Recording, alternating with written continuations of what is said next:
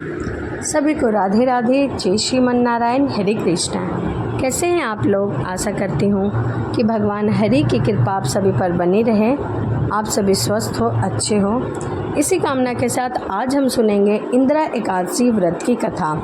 इंदिरा एकादशी इस बार 28 सितंबर दिन शनिवार को है। तो आइए मन में भगवान हरि का ध्यान करते हुए हम कथा को सुनते हैं। राजन, पूर्व काल की बात है। सतयुग में इंद्रसेन नाम से विख्यात एक राजकुमार थे जो महिषामतीपुरी के राजा होकर धनपूर्वक प्रजा का पालन किया करते थे। उनका यश सब ओर फैला हुआ था। सब इंद्रसेन भगवान विष्णु को भक्ति में तत्पर हो गोविंद के मोक्षदायक नामों का जाप करते हुए उनका समय व्यतीत होता था और वह विधि पूर्वक पूजा और चिंतन में संलग्न रहते थे। एक दिन राजा राज्यसभा में सुखपूर्वक बैठे हुए थे।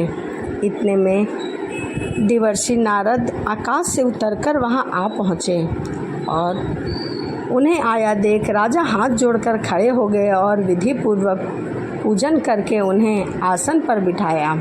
इसके बाद बोले, हे मुनिवर, आपकी कृपा से मेरी सर्वथा कुशल है। आज आपके दर्शन से मेरी संपूर्ण यज्ञ क्रियाएं सफल हो गई।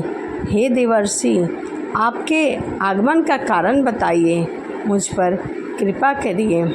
नारद जी ने कहा, हे राजा, सुनो मेरी बात, तुम्हें आश्चर्य में डालने वाली है।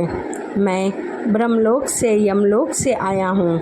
वहाँ एक श्रेष्ठ आसन पर बैठकर और यमराज ने मेरी भक्तिपूर्वक पूजा की है। उस समय यमराज की सभा में मैंने तुम्हारे पिताजी को देखा। वे व्रत भंग के दोष से वहाँ आए थे। राजन, उन्होंने तुमसे कहने के लिए एक संदेश दिया है, उसे सुनो। उन्होंने कहा है, बेटा, मुझे इंदिरा के व्रत का पुण्य देकर स्वर्ग में भेजा। उनका यह संदेश लेकर मैं तुम्हारे पास आया हूँ। राजन, तुम्हारे पितृ को इस एकादशी का फल दो। अपने पिता को स्वर्गलोक की प्राप्ति कराओ और इंदिरा एकादशी का व्रत करो।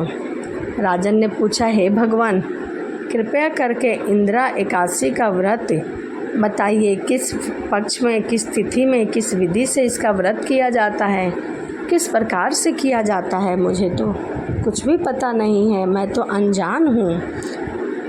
तभी देवर्षि नारद ने कहा, हे राजा, सुनो, मैं तुम्हें सर्वथा कुशल व्रत की शुभ कारक विधि बतलाता हूँ।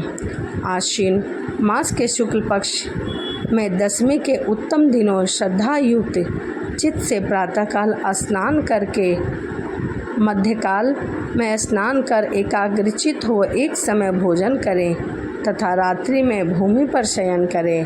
रात्रि के अंत में निर्मल प्रभाव होने पर एकादशी के दिन दातुन करके मुँह धोएं। इसके बाद भक्ति भाव से भगवान विष्णु की पूजा करें और उपवास रखें। पूरा दिन उपवास अवश्य रखें और निराहार रहें। इस प्रकार नियम करके मध्यकाल के पितरों की प्रसन्नता के लिए शालिग्राम शिला के सम्मुख विधि पूर्वक श्राद्ध करें तथा दक्षिणा से ब्राह्मणों का सत्कार करके उन्हें भोजन करावे। पितरों को दिए हुए अन्नमय पिंडों को सूंघ कर विद्वान पुरुष गाय को खिला दे। फिर धूप गंध आदि से भगवान हरि के केशव की पूजा करें। रात्रि में उनके समीप जागरण करें। इसके पश्चात सवेरा होने पर द्वादशी के दिन पुनः भक्तिपूर्वक श्री हरि का पूजा करें। उसके बाद ब्राह्मणों को भोजन कराकर भाई बंधु नाती पुत्र आदि के साथ स्वयं मौन होकर भोजन करें। हे राजन, इस विधि से तुम इंदिरा एकादशी का व्रत करो। इससे तुम्हारे पितृ खुश होंगे और भगवान विष्णु के बैकुंठ धाम को चले जाएंगे। भगवान श्री कृष्ण कहते हैं, हे राजन, इंद्र सेन से ऐसा कहकर देवर्षि नारद वहाँ से चले गए।